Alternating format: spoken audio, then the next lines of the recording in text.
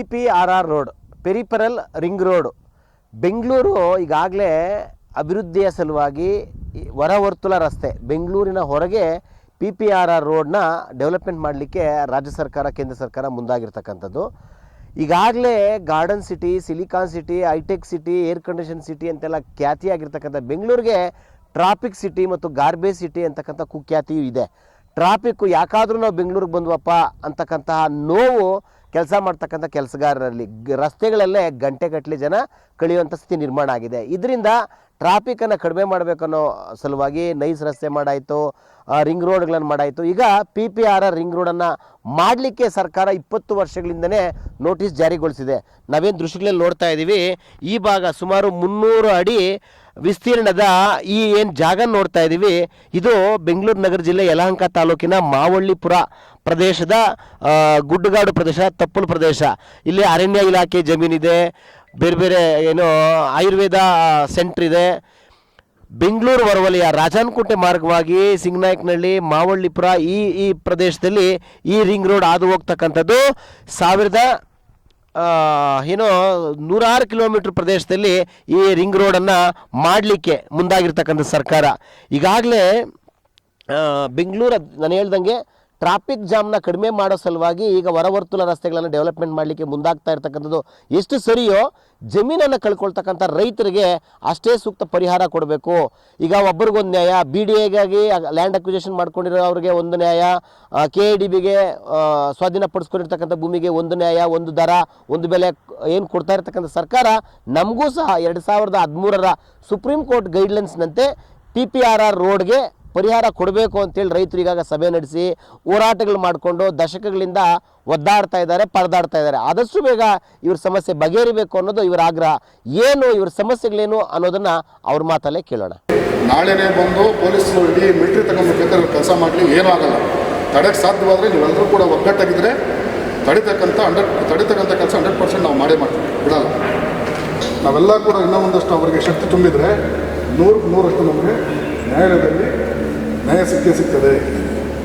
ಈಗ 2ನೇ ತಾರೀಕು ನಮ್ಮ DCMನವರು ಈ PRR ಬಾಧಿತರಾಗಿರ್ತಕ್ಕಂಥ ರೈತರನ್ನ ಸಭೆ ಕರೆದಿದ್ದಾರೆ. ಅವ್ರು ಸಭೆ ಕರೆದಿರ್ತಕ್ಕಂಥದ್ದು ನಮಗೆ ತುಂಬ ವೆಲ್ಕಮಿಂಗ್ ಅನ್ನಿಸ್ತಾ ಇದೆ, ಒಳ್ಳೆಯದು.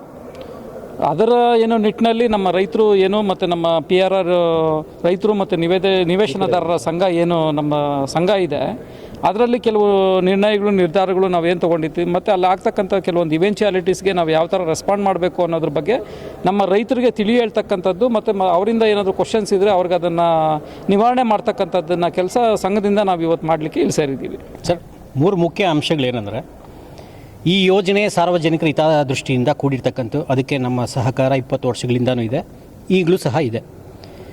ಸೊ ಇದಕ್ಕೆ ಭೂಮಿ ಕಳ್ಕೊಳ್ತಾ ಇರ್ತಕ್ಕಂಥ ರೈತರುಗಳು ನಾವು ಒಳ್ಳೆ ಪರಿಹಾರ ಬೇಕು ಅಂತ ಹೇಳಿ. ಯಾವುದು ಒಳ್ಳೆ ಪರಿಹಾರ ಅಂದರೆ 2013ರ ಕೇಂದ್ರ ಸರ್ಕಾರದ ಭೂಸ್ವಾಧೀನ ಕಾಯ್ದೆಯಲ್ಲಿ ಪರಿಹಾರ ಬೇಕು. ಮಾರುಕಟ್ಟೆ ಬೆಲೆಯನ್ನು ಅಳವಡಿಸ್ಕೊಂಡು ಅವರು ಯಾವ ದಿನಾಂಕಕ್ಕೆ ಅವಾರ್ಡನ್ನು ನಿಗದಿಪಡಿಸ್ತಾರೋ ಅವತ್ತಿನ ಡೇಟ್ಗೆ ಕೇಂದ್ರ ಸರ್ಕಾರ 13ರ ಕಾಯ್ದೆ ಪ್ರಕಾರ ನಾವು ಕೇಳ್ತಿದ್ದೀವಿ. ಈಗ ಒಪ್ಕೊಂಡಿದ್ದಾರೆ ಅವರು? ಯಾರು ಅವರು ಒಪ್ಕೊಂಡಿಲ್ಲ. ಈಗ ಅವ್ರು ಯಾಕೆ ಒಪ್ಕೊಡ್ತಾ ಇಲ್ಲ ಅಂದರೆ, ಈ ಯೋಜನೆ ಮಾಡಬೇಕು ಅಂತ ಅವರು ಈ ಸಾರ್ವಜನಿಕರ ಹಿತದೃಷ್ಟಿಯಿಂದ ಏನು ಮಾಡಬೇಕು ಅಂತಿದ್ದಾರೋ ಅವ್ರಿಗೆ ಇನ್ನೂ ಕ್ಲಾರಿಟಿ ಇಲ್ಲ. ಒಂದು, ಪರಿಹಾರ ವಿತರಣೆ ಮಾಡಬೇಕಾಗಿರ್ತಕ್ಕಂಥದ್ದು ರೈತರುಗಳಿಗೆ ಏನಿದೆಯೋ, ಭೂಮಿ ಕಳ್ಕೊಳ್ಳೋ ರೈತರುಗಳಿಗೆ, ಅದ್ರ ಬಗ್ಗೆನೂ ಇದುವರೆಗೂ ಅವ್ರಿಗೆ ಕ್ಲಾರಿಟಿ ಇಲ್ಲ. 3ನೇದು, ಈಗ ಏನು ಅವರು 5 ಪರಿಹಾರ ಸೂತ್ರಗಳು ಕೊಟ್ಟಿದ್ದಾರೆ, ಅದು ನಮಗೆ ಆಲ್ರೆಡಿ ರೈತರುಗಳಿಗೆ ತುಂಬ ಆಂತರಿಕವಾಗಿ ನಾವೆಲ್ಲರೂ ಸಹ ಚರ್ಚೆ ಮಾಡಿ ತುಂಬ ತಿಳ್ಕೊಂಡಿದ್ದೀವಿ. ಅದ್ರ ಬಗ್ಗೆ ಇನ್ನೂ ಅವ್ರಿಗೆ ಗೊಂದಲ ಇದೆ, ಆಯಿತಾ. ಇದುವರೆಗೂ ಕ್ಲಾರಿಟಿ ಇಲ್ಲ. ಇದಲ್ಲದೆ ಕಾನೂನಾತ್ಮಕವಾಗಿ ಏನೋ ನಡೆಗಳು ನಾವು ಮುಂದೆ ಹೋಗಿದ್ದೀವಿ. ಸೊ ಅದರಲ್ಲೂ ಸಹ ತುಂಬ ಹಿನ್ನಡೆಯನ್ನು ಅನುಭವಿಸಿದ್ದಾರೆ. ಯಾವುದೇ ಕಾರಣಕ್ಕೂ ನಾವು 3 ಅಂಶಗಳಲ್ಲಿ ಹೇಳೋದಾದರೆ, ಈ ಯೋಜನೆಗೆ ನಾವು ಅಡ್ಡಿ ಇಲ್ಲ. ಯೋಜನೆಗೆ ಬೇಕು ಅಂದರೆ ನಾವು 2000 ಕೇಂದ್ರ ಸರ್ಕಾರ 13ರ ಕಾಯ್ದೆ ಪ್ರಕಾರ ಪರಿಹಾರ ಬೇಕು. ಕೊಟ್ಟರೆ ಸಾಕು. ಕೊಟ್ಟರೆ 2013ರ ಕೇಂದ್ರ ಸರ್ಕಾರದ ಭೂ ಸ್ವಾಧೀನ ಕಾಯ್ದೆಯಡಿಯಲ್ಲಿ ಪರಿಹಾರ ಮಾರುಕಟ್ಟೆ ಬೆಲೆಯನ್ನು ನಿಗದಿಪಡಿಸಿ ಇವತ್ತಿನ ದಿನಾಂಕಕ್ಕೆ ಏನು ಮಾಡ್ತಾರೋ ಇವತ್ತಿಂದ ಬೇಕು, ಆಯಿತಾ. ಒಂದು, KIDB KHB ಅಂತ ಹೇಳಿ ಅವರು ಯಾವುದೇ ರೀತಿ ಮಾಡೋಂಗಿಲ್ಲ, ಆಯಿತಾ. ಒಂದು. 3ನೇದು ಹೇಳಬೇಕು ಅಂದರೆ, ಅವರು ಇದಕ್ಕೆ ಸಹಕರಿಸಿದ್ದಲ್ಲಿ ನಾವು ಸಹಕರಿಸ್ತೀವಿ, ಇಲ್ಲದ್ರಲ್ಲಿ ಯಾವುದೇ ಕಾರಣಕ್ಕೂ ನಾವು ರೈತರುಗಳು ಈ ಯೋಜನೆಗೆ ಭೂಮಿ ಕಳ್ಕೊಳ್ತಾ ಇರ್ತಕ್ಕಂಥ ರೈತರುಗಳು ಯಾವುದೇ ಸರ್ಕಾರದವ್ರಿಗಾಗಲಿ ಸಂಸ್ಥೆಯವ್ರಿಗಾಗಲಿ ನಾವು ನಮ್ಮ ಭೂಮಿಯನ್ನು ಕೊಡೋದಿಲ್ಲ. ನಾವೀಗಾಗಲೇ 1000 ಕೇಸ್ಗಳು ಹಾಕ್ಕೊಂಡಿದ್ದೀವಿ. ಹೈಕೋರ್ಟಲ್ಲಿದೆ. ಹೈಕೋರ್ಟಲ್ಲಿರೋದ್ರಿಂದ ಹೈಕೋರ್ಟ್ ಏನು ತೀರ್ಮಾನ ಮಾಡುತ್ತೋ ಅದಕ್ಕೆ ನಾವು ಬದ್ಧವಾಗಿರ್ತೀವಿ. ಆ ಕಾರಣದಿಂದ ನಾವು ಈಗಾಗಲೇ ಸರ್ಕಾರನ ಕೇಳ್ಕೊಂಡಿದ್ದೀವಿ. ನಮ್ಗೆ 20 ವರ್ಷದಿಂದ ಅನ್ಯಾಯ ಆಗಿದೆ, ನಮ್ಮದೊಂದು ತಲಾಂತರ ಒಂದು ಹೋಗ್ಬಿಟ್ಟಿದೆ. ಇವತ್ತು ತಾವು ಏನು ಕೊಡ್ತಾ ಇದ್ದೀರೋ ನಮ್ಮನ್ನು ಅನ್ಯಾಯ ಮಾಡಬೇಡಿ, ರೈತರಿಗೆ ಅನ್ಯಾಯ ಮಾಡಬೇಡಿ. ಎಲ್ಲ ನೀವು ಬಂದಾಗ ಎಲ್ಲ ವೇದಿಕೆ ಮೇಲೆ ನಾವು ರೈತರ ಮಕ್ಕಳು ಅಂತ ಹೇಳ್ತೀರಾ, ಆದರೆ ರೈತರ ಮಕ್ಕಳ ಬಗ್ಗೆ ಬಂದಾಗ ನೀವು ಕಾಳಜಿ ಅಂತೂ ಒಂದು ಸ್ವಲ್ಪನೂ ತಮ್ಮಲ್ಲಿ ಯಾವುದೇ ಕಾಳಜಿ ಇರೋದಿಲ್ಲ.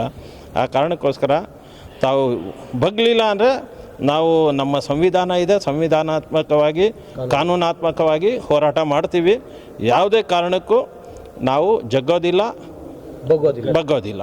ಅಭಿವೃದ್ಧಿ ಹೆಸರಲ್ಲಿ ಆಗ್ತಾ ಇರ್ತಕ್ಕಂಥ ಕೆಲಸಗಳು ಆಗಬೇಕು. ಜೊತೆಗೆ ಜಮೀನನ್ನು ಪಡ್ಕೊಂಡಿರ್ತಕ್ಕಂಥ ಕಳ್ಕೊಳ್ತಾ ಇರ್ತಕ್ಕಂಥ ರೈತರಿಗೆ ಸೂಕ್ತ ಪರಿಹಾರನೂ ಸಿಗಬೇಕು. ಯಾರಿಗೂ ಅನ್ಯಾಯ ಆಗದಂತೆ ಡೆವಲಪ್ಮೆಂಟ್ ಆಗಲಿ, ರೈತರಿಗೆ ಜಮೀನು ಕಳ್ಕೊಳ್ತಾ ಇರ್ತಕ್ಕಂಥ ರೈತರಿಗೂ ಸಹ ಸೂಕ್ತ ಪರಿಹಾರ ಸಿಗುವಂತಾಗಲಿ.